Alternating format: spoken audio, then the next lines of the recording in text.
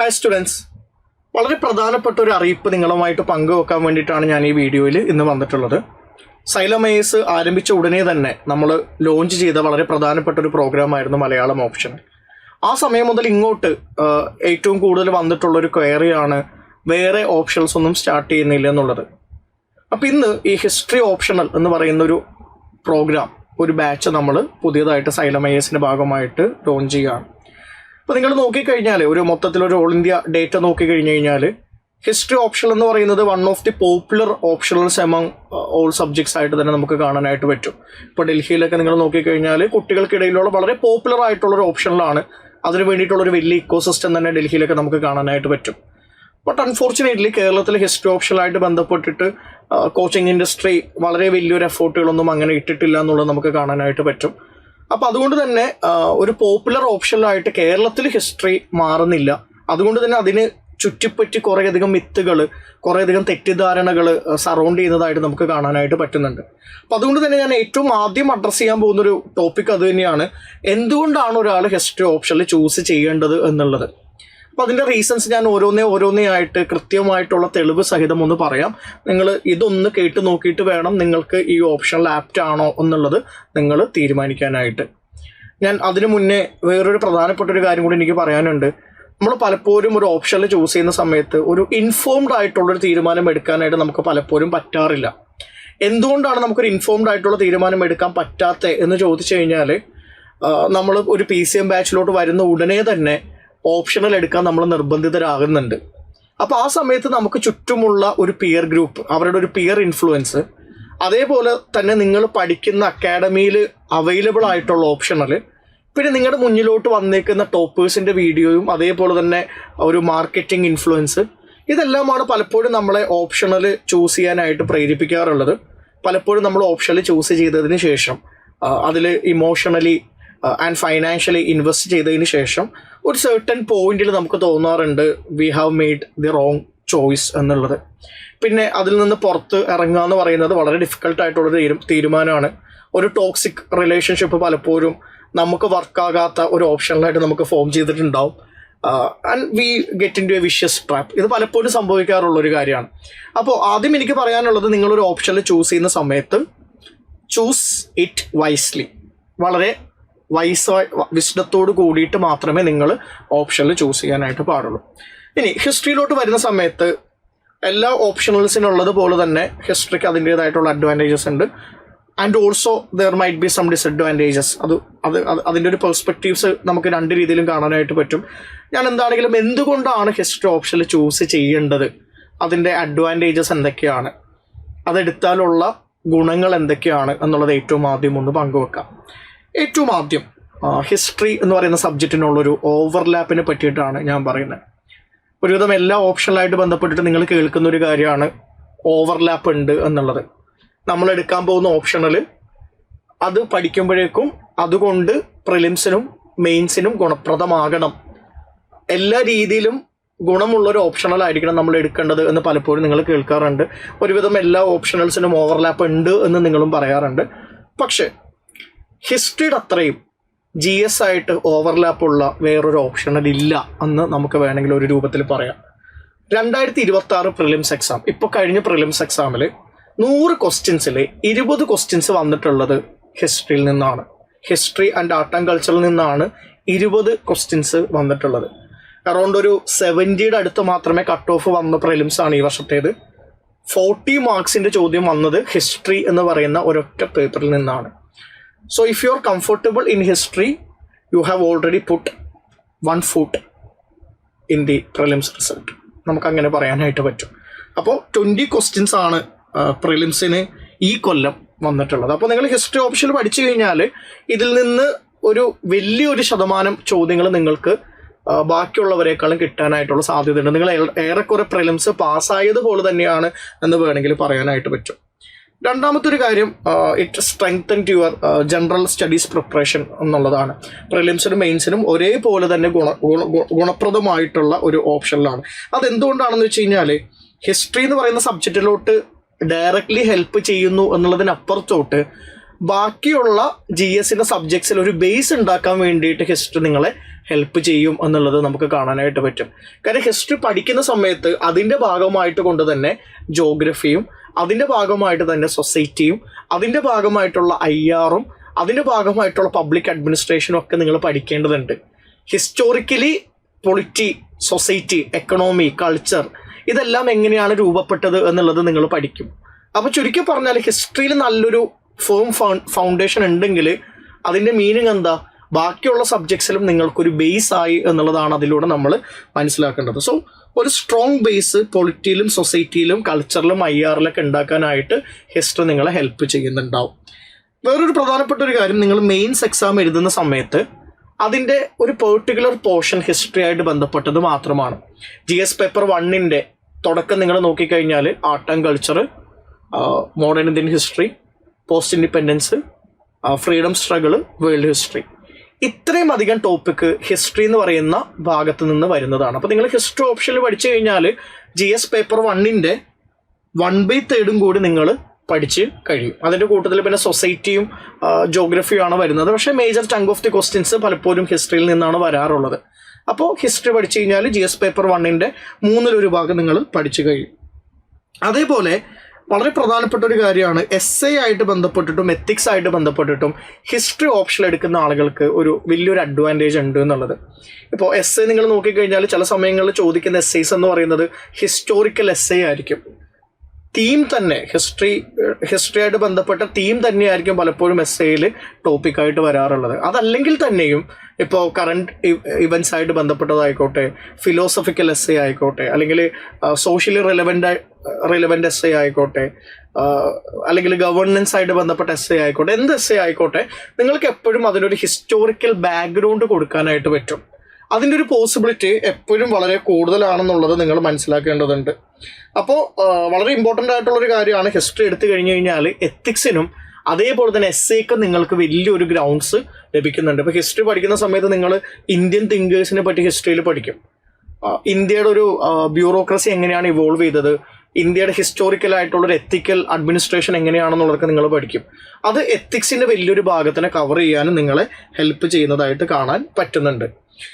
ഇനി വേറൊരു പ്രധാനപ്പെട്ട ഒരു കാര്യം, ഹിസ്റ്ററി പോലുള്ള ഒരു സബ്ജക്റ്റ് എല്ലാ അക്കാഡമിക് ബാക്ക്ഗ്രൗണ്ടിലുള്ള ആളുകൾക്കും എളുപ്പത്തിൽ പഠിച്ചെടുക്കാവുന്ന ഒരു സബ്ജക്റ്റാണ്. കാര്യം എന്താണെന്ന് വെച്ച് കഴിഞ്ഞാൽ എല്ലാ ഓപ്ഷണൽ സബ്ജക്ട്സ് വെച്ച് നോക്കുമ്പോഴും ലീസ്റ്റ് കോംപ്ലക്സ് ആയിട്ടുള്ള, ലീസ്റ്റ് കോംപ്ലിക്കേഷൻസ് ഉള്ളൊരു സബ്ജക്റ്റ് ആയിട്ടാണ് ഹിസ്റ്ററിനെ കാണാൻ പറ്റുന്നത്.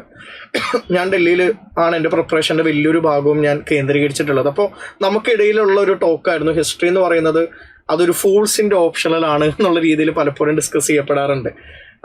അത് പറയുന്നതിൻ്റെ മീനിങ് എന്താണെന്ന് വെച്ച് കഴിഞ്ഞാൽ വളരെ എളുപ്പത്തിൽ പഠിച്ചെടുക്കാൻ പറ്റുന്നൊരു ഓപ്ഷനിലാണ്, ഒരു ലേമാൻ സബ്ജക്റ്റാണ്. കുറേയധികം തിയററ്റിക്കൽ പെർസ്പെക്റ്റീവ്സ് ഇല്ല, കുറേയധികം തിങ്കേഴ്സ് ഒന്നും പഠിക്കാനായിട്ടില്ല, കുറേ ടെക്നിക്കാലിറ്റീസും ഡിബേറ്റുകളൊന്നുമില്ല, അത്ര വലിയൊരു ടെക്നിക്കൽ സയൻറ്റിഫിക് നോളജിൻ്റെ ആവശ്യമില്ല.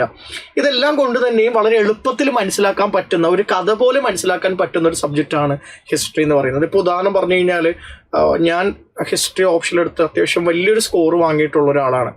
എനിക്ക് പക്ഷേ ഹിസ്റ്ററിയിൽ ഒരു ബാക്ക്ഗ്രൗണ്ടും ഇല്ല, ഞാൻ ബിടെക്കാണ് പഠിച്ചിട്ടുള്ളത്. അപ്പോൾ ബിടെക്ക് പഠിച്ച എനിക്ക് ഹിസ്റ്ററിയിൽ സ്കോർ ചെയ്യാൻ പറ്റുമെന്നുണ്ടെങ്കിൽ ആർക്കും സ്കോർ ചെയ്യാൻ പറ്റുമെന്ന് തന്നെയാണ് അതിലൂടെ നമ്മൾ മനസ്സിലാക്കേണ്ടത്. അതേപോലെ തന്നെ വേറൊരു പ്രധാനപ്പെട്ട ഒരു കാര്യം എന്താണെന്ന് വെച്ച് കഴിഞ്ഞാൽ ഈ ഹിസ്റ്ററി ഓപ്ഷണലിൻ്റെ 70% നിങ്ങളെല്ലാവരും തന്നെയും പഠിച്ചിരിക്കണം. നിങ്ങൾ സിവിൽ സർവീസ് പഠിക്കുന്ന സമയത്ത് ഒരു ആസ്പിറൻറ്റ് ഏറ്റവും കൂടുതൽ ടൈം സ്പെൻഡ് ചെയ്യുന്നത് ഹിസ്റ്ററി പഠിക്കാൻ വേണ്ടിയിട്ടാണ്. ഇപ്പോൾ ഏൻഷ്യൻറ്റിന് വേണ്ടിയിട്ട് ഓൾഡ് NCERT ബുക്കോ അല്ലെങ്കിൽ പൂനം ദലാൽ ദഹിയോ ആളുകൾ വായിക്കാറുണ്ട്. For medieval also old NCERT book, new NCERT books and may be Poonam Dalal Dahiya വായിക്കാറുണ്ട്. ഈവൻ ഉപീന്ദർ സിംഗ് എന്ന് പറയുന്നൊരു ബുക്ക് ഏൻഷ്യൻ ഹിസ്റ്ററി ആയിട്ട് ബന്ധപ്പെട്ടിട്ട് UPSCയുടെ തന്നെ ഒരു സോഴ്സ് മെറ്റീരിയൽ ആയിട്ട് മാറിയത് നിങ്ങളെല്ലാവരും കേട്ടിട്ടുണ്ടാവും. And then coming to modern India, നിങ്ങളെല്ലാവരും സ്പെക്ട്രത്തിൻ്റെ അറൗണ്ട് ഒരു 800 to 900 പേജസ് ഉള്ള സ്പെക്ട്രം നിങ്ങൾ വായിക്കാറുണ്ട്. സിമിലർലി നിങ്ങൾ പോസ്റ്റ് ഇൻഡിപെൻഡൻസിന് വേണ്ടിയിട്ട് ഇന്ത്യ ആഫ്റ്റർ ഗാന്ധിയോ അല്ലെങ്കിൽ ഇന്ത്യ സിൻസ് ഇൻഡിപെൻഡൻസോ പോട്ടെ, ഈ വലിയ ബുക്സ് ഒന്നും ഇല്ലെങ്കിൽ പോലും ഒരു 100 പേജിൻ്റെ ഒരു മെറ്റീരിയൽ എങ്കിലും നിങ്ങൾക്ക് വായിക്കേണ്ടി വരാറുണ്ട്. വേൾഡ് ഹിസ്റ്ററിക്ക് വേണ്ടിയിട്ട് നിങ്ങൾ ഓൾഡ് NCERT ബുക്ക് വായിക്കണം. അല്ലാന്നുണ്ടെങ്കിൽ നിങ്ങൾ ഏതെങ്കിലും ഒരു 100 പേജസിൻ്റെ എങ്കിലും മിനിമം ഒരു മെറ്റീരിയൽ വായിക്കേണ്ടതുണ്ട്.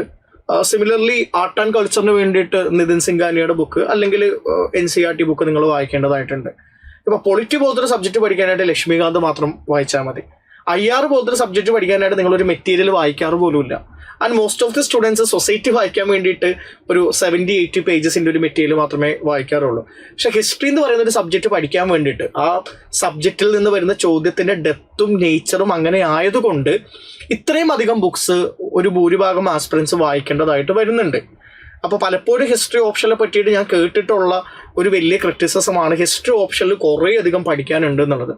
ശരിയാണ്, കുറച്ച് കൂടുതൽ പഠിക്കാനുണ്ട് എന്നുള്ളത് നമുക്ക് തള്ളിക്കളയാൻ പറ്റില്ല. പക്ഷേ ഈ കൂടുതൽ പഠിക്കാനുള്ളതിൻ്റെ 70% നിങ്ങൾ പ്രിലിംസിനും മെയിൻസിനും വേണ്ടിയിട്ട് പഠിക്കണം. അത് നിങ്ങൾ ഓപ്ഷൻ എടുത്തില്ല എന്നുണ്ടെങ്കിൽ നിങ്ങൾ പഠിക്കേണ്ടതുണ്ട്. ഒരു നോൺ ഓപ്ഷണൽ ആയിട്ടുള്ളൊരു സ്റ്റുഡൻറ്റ് വായിക്കേണ്ട ഒരു ബുക്ക് ലിസ്റ്റാണ് ഞാൻ നിങ്ങളോട് പറഞ്ഞത്. എല്ലാവരും ഒരു ടോപ്പർ ഇത്രയും ബുക്സ് മിനിമം വായിക്കാറുണ്ട്. അങ്ങനെയാണെങ്കിൽ അതിനേക്കാൾ ഒരു 20-30% കൂടി വായിച്ചു കഴിഞ്ഞാൽ ഓപ്ഷനിൽ കവറാവും. അപ്പോൾ ഹിസ്റ്ററി ഓപ്ഷൻ ഭയങ്കര വലുതാണ്, ഭയങ്കര വാസ്റ്റ് ആണ് എന്ന് പറയുന്ന എല്ലാ ആസ്പിറൻസും മനസ്സിലാക്കേണ്ട ഒരു കാര്യം, നിങ്ങൾ അതിൻ്റെ ഒരു വലിയ ശതമാനം അല്ലെങ്കിൽ തന്നെ പ്രിലിംസിനും മെയിൻസിനും വേണ്ടിയിട്ട് പഠിക്കാറുണ്ട് എന്നുള്ള സത്യമാണ്. അപ്പോൾ അതും നമ്മൾ എപ്പോഴും മനസ്സിലാക്കേണ്ടത് ഇമ്പോർട്ടൻ്റ് ആയിട്ടുള്ള ഒരു കാര്യമാണ്. പിന്നെ അതേപോലെ തന്നെ വളരെ ഈസിലി മനസ്സിലാക്കാനും വളരെ സിസ്റ്റമാറ്റിക് ആയിട്ടുള്ള ഒരു സബ്ജക്റ്റാണ്. മോസ്റ്റ്ലി സ്റ്റാറ്റിക് ആണ്. ഹിസ്റ്ററി എന്ന് പറയുമ്പോഴേക്കും പിന്നെ കറണ്ട് അഫയേഴ്സ് പുതിയതായിട്ട് വരുന്നില്ലല്ലോ. നമ്മൾ ന്യൂസ് പേപ്പർ വായിക്കേണ്ടതായിട്ട് വരുന്നില്ല.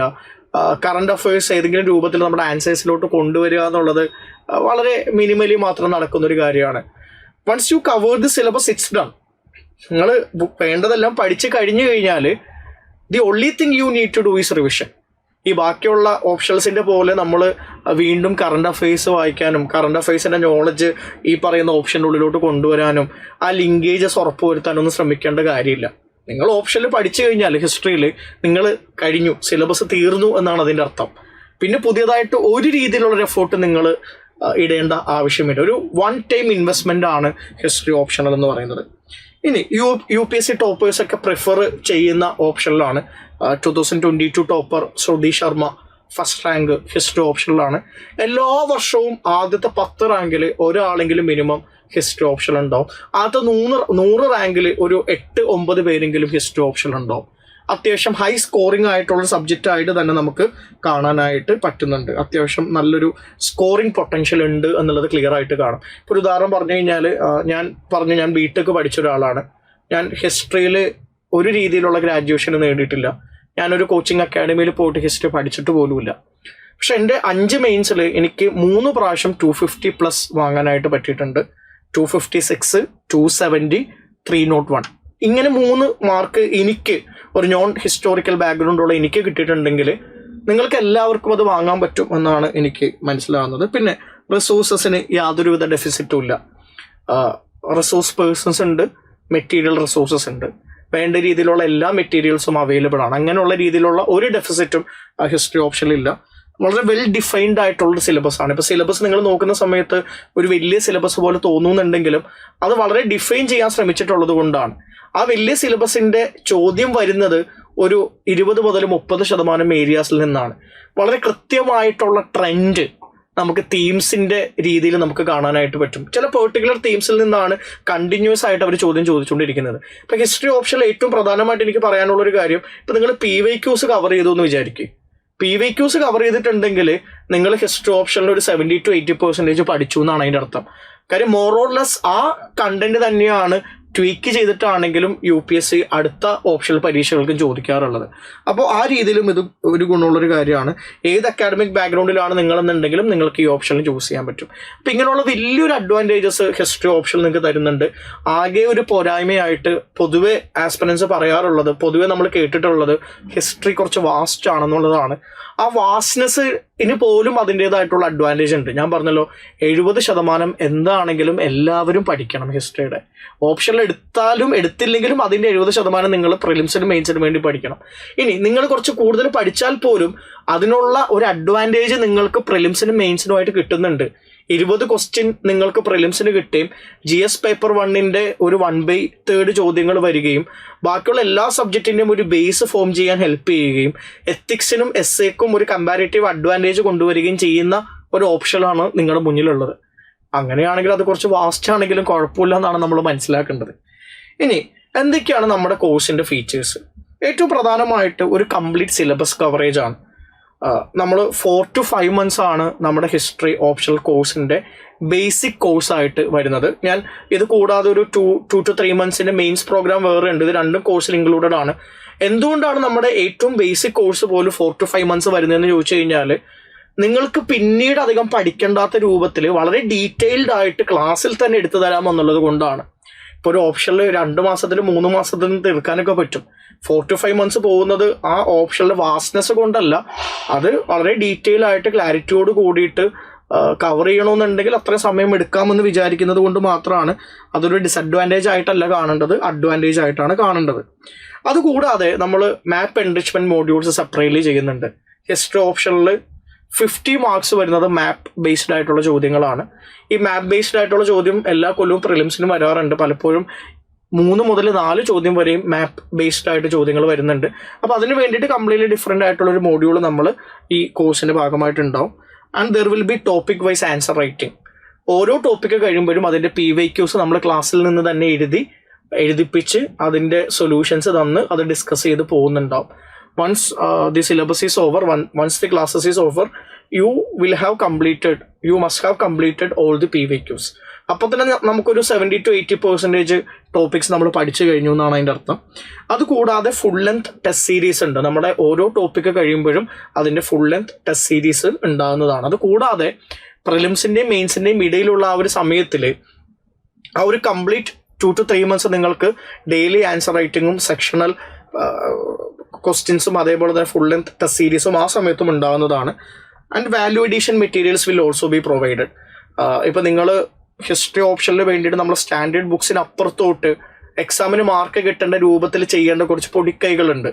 ഹിസ്റ്റോറിക്കൽ ഒപ്പീനിയൻസ് കൊണ്ടുവരിക, ഡിബേറ്റുകൾ കൃത്യമായിട്ട് കൊണ്ടുവരിക, സോഴ്സസിനെ കോട്ട് ചെയ്യുക, ക്രോണോളജിക്കൽ ഓർഡറിൽ എഴുതുക, ഒരു കൃത്യമായിട്ടുള്ളൊരു നറേറ്റീവ് വേണ്ട രീതിയിൽ എക്സ്പ്രസ് ചെയ്യുക.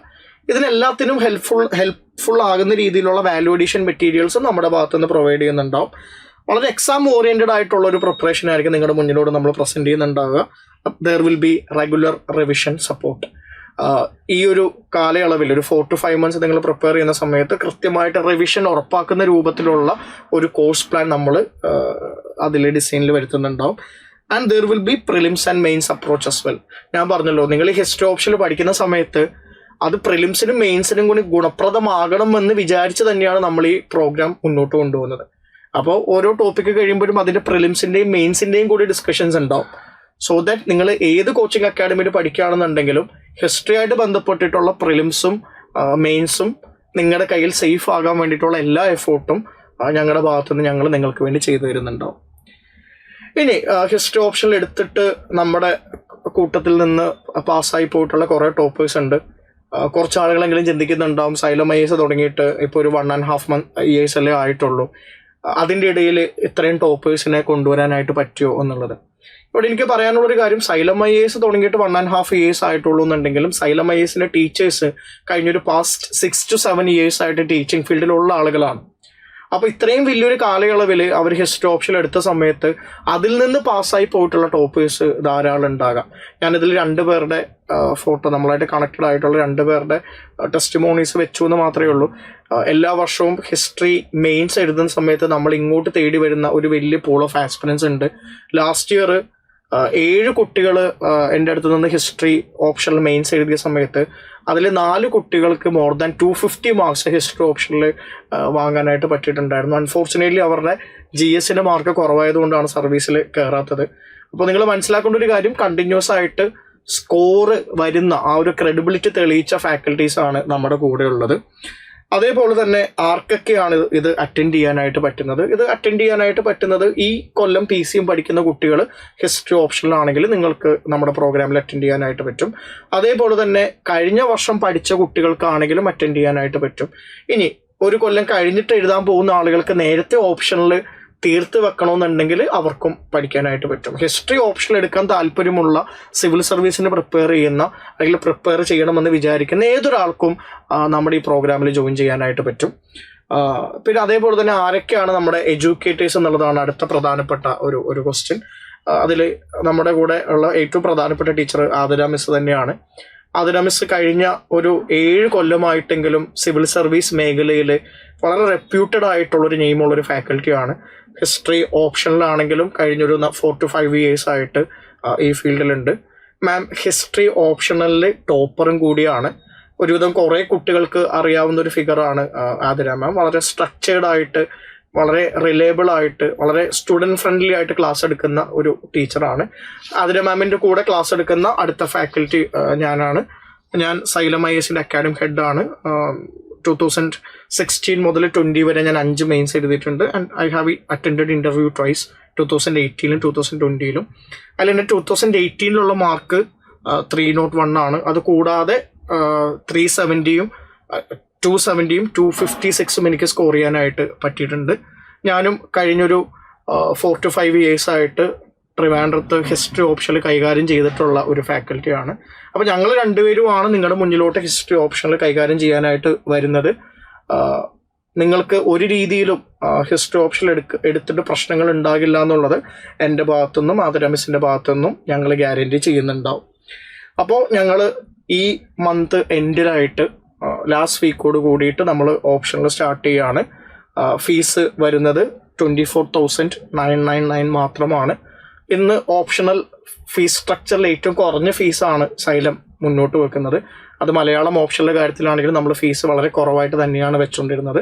അതേപോലെ തന്നെ EMI ഫെസിലിറ്റീസ് അവൈലബിൾ ആണ്. കൂടുതൽ ഡീറ്റെയിൽസിന് വേണ്ടി നിങ്ങൾ ഈ ഒരു നമ്പറിൽ ഒന്ന് കോൾ ചെയ്യുക. അതേപോലെ തന്നെ താഴെ തന്നിരിക്കുന്ന ഗൂഗിൾ ഫോം ഫില്ല് ചെയ്യുക.